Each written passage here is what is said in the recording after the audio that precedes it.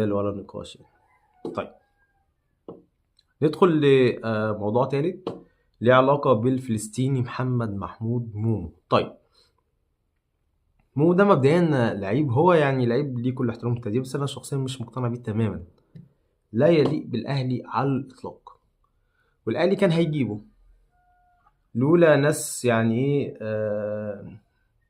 المفروض ان هي يعني زي حالاتي كده بيدعوا ان هم بيفهموا في الكوره، قالوا الاهلي يعني هو مش سد خانه خلاص يعني.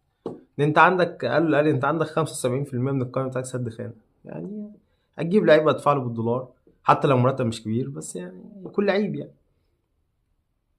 الاهلي برضه في الوقت نفسه قال لك انا خلاص مش، بعد ما اتفق مع اللعيب مع والد اللعيب اللي هو والده اللي هو وكيله في نفس الوقت استاذ بلال، قال لك لا مش خلاص احنا مش عايزين في الشتاء. طيب هل الاهلي قفل الباب؟ ما قفلش الباب، الاهلي برضه بلغ اللعيب وبرضه بلغ وكيله ووالده اللي هو الاتنين واحد، الاتنين شخص واحد، استاذ بلال محمود.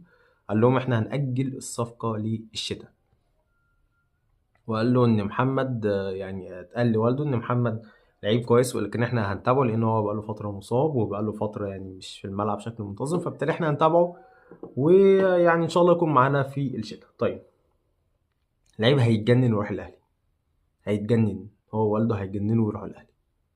هم شايفين تجربة وسام أبو علي قدام عينيهم، شايفين نادي جماهيري كبير، نادي بياخد بطولات، أكبر نادي في أفريقيا، بيطلع منه لعيبة لفالنسيا، بيطلع منه لعيبة لبرشلونة. شايفين النادي ده هم، أنا عايز أقول لكم يا جماعة الراتب بتاع اللعيب ده كان هيبقى قليل خالص يعني، 100,000 دولار تقريبا أو حاجة يعني.